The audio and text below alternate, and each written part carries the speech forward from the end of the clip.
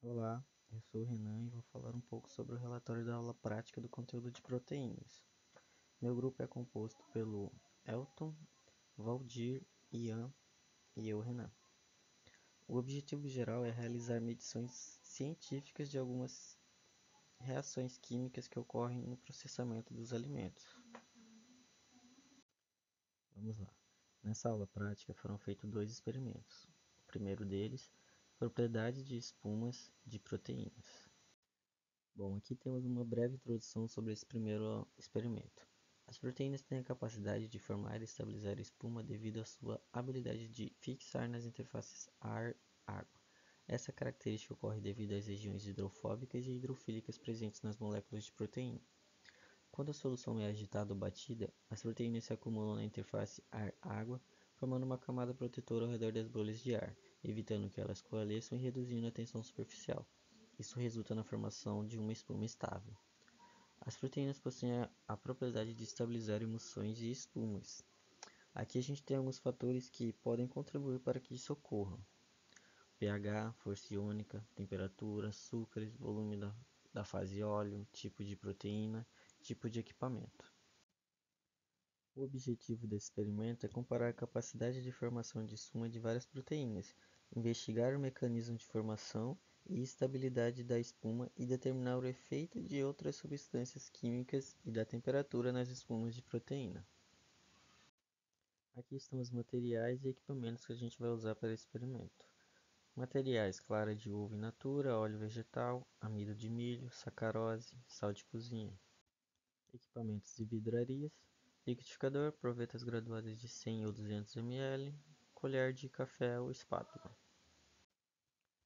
Procedimentos: aqui teremos 5 etapas. A primeira delas, preparar 200 ml das seguintes dispersões em água destilada. Dispersão A, 5% de clara de ovo. Dispersão B, 5% de clara de ovo mais 0,5% de amido de milho. C, 5% de clara de ovo mais 0,5% de sacarose. Dispersão D, 5% de clara de ovo mais 0,5% de óleo vegetal. E E, 5% de clara de ovo mais 0,5% de NaCl.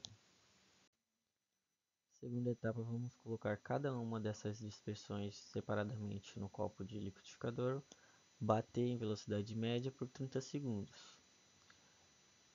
Depois disso, vamos colocar em provetas graduadas cada uma das dispersões. Depois disso, para o passo 4, vamos deixar os cilindros graduados contendo essas dispersões ficarem em temperatura ambiente.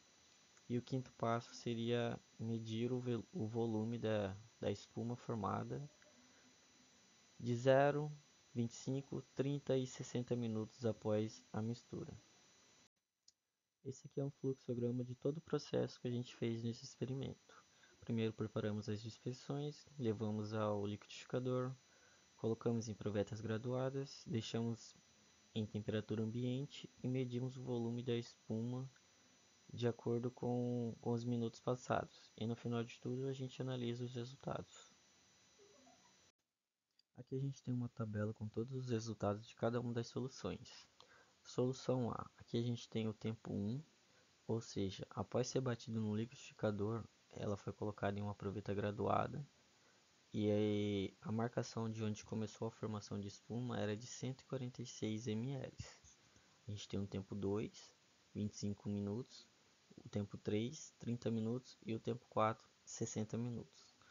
Ou seja, a formação de espuma ela foi variando do tempo 0 até os 60 minutos. Ou seja, aquela formação de espuma ela foi se desfazendo e aumentando o volume do líquido presente dentro da proveta. A partir das informações daquela tabela, a gente gerou um gráfico que mostra a variação do volume após a dispersão daquela espuma que tinha sido formada. A gente tem aqui a variação do volume e embaixo aqui a gente consegue ver o tempo de cada solução. Conclusão: a capacidade de formação de espuma das proteínas foi diferente em cada amostra e todas tiveram diferentes estabilidades. Para realizar esse experimento, a gente teve que esperar um longo período para poder realizar essas análises, onde ocorre a perda da espuma na amostra para descobrir o valor final da estabilidade em cada uma das proteínas em que foi realizado o experimento. Experimento 2. Coagulação de proteínas. Uma breve introdução sobre o experimento 2. As proteínas podem possuir estruturas primárias, secundárias, terciárias e quaternárias. Muitas das funções dessas proteínas estão ligadas diretamente às suas estruturas. No entanto, elas podem perder suas estruturas secundárias, terciárias e até quaternárias, e, consequentemente, deixarem de ser ativas. Quando essas conformações espaciais são alteradas ou destruídas, dizemos que a proteína foi desnaturada ou ocorreu uma desnaturação proteica, mantendo somente a estrutura primária, que é a própria cadeia peptídica, formada pela sequência de aminoácidos ligados entre si.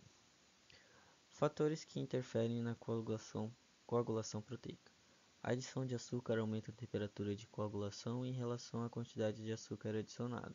O aquecimento prolongado de uma mistura de ovo com vinagre ou limão produz liquefação da preparação por hidrólise das proteínas. O objetivo desse experimento é investigar alguns fatores que afetam a coagulação das proteínas.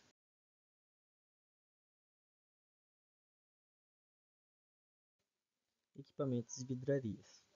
Uma peneira, becker de 100 ou 200 ml, tubos de ensaio de 20 ou 30 ml.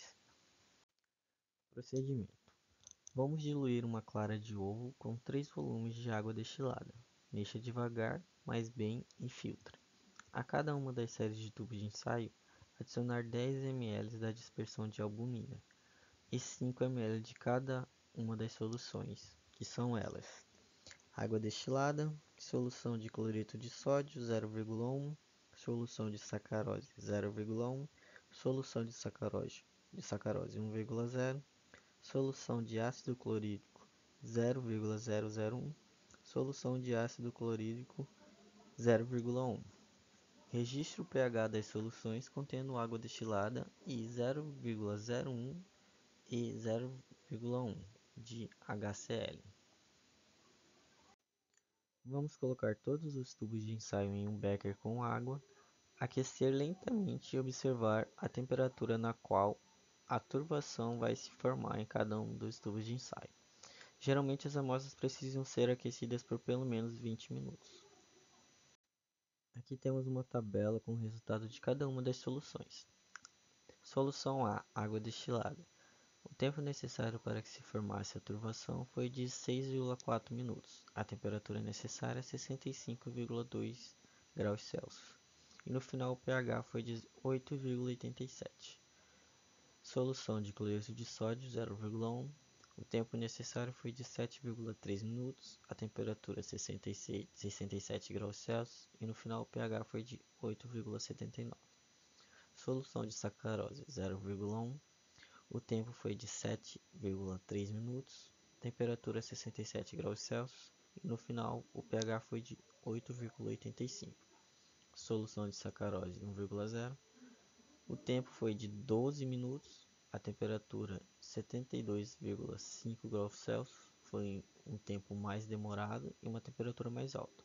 E no final o pH foi de 8,67. Solução de ácido clorídrico 0,001. O tempo foi de 7,3 minutos, a temperatura 67 graus Celsius e no final o pH foi de 8,73. Solução de ácido clorídrico 0,1. O tempo foi de 5 minutos, a temperatura de 62 graus e o pH foi de 4,29 graus. Foi um tempo mais rápido e uma temperatura menor. Aqui temos um gráfico que compara a temperatura necessária para a turvação de cada uma das amostras. A solução A, B, C, D, E e F. Já nesse gráfico a gente consegue comparar a temperatura necessária para cada uma das amostras. Por fim, temos o gráfico que mostra o resultado do pH de cada uma das soluções. A gente percebe que não há uma diferença tão grande, exceto a solução de ácido clorídrico 0,1, que é a solução F. onde o pH foi bem abaixo comparado com o das outras. Por fim, temos que os resultados dos fatores que afetaram na coagulação começou com uma temperatura inicial de 55 graus Celsius, e o ponto de viragem de aturvação aconteceu num tempo de 5 a 12 minutos, obtendo valores do pH resultado entre 4 e 8, sabendo que no ácido o tempo de desnaturação da proteína é mais rápido. Por fim é isso, essa foi a nossa aula prática e esse foi o nosso relatório. Muito obrigado.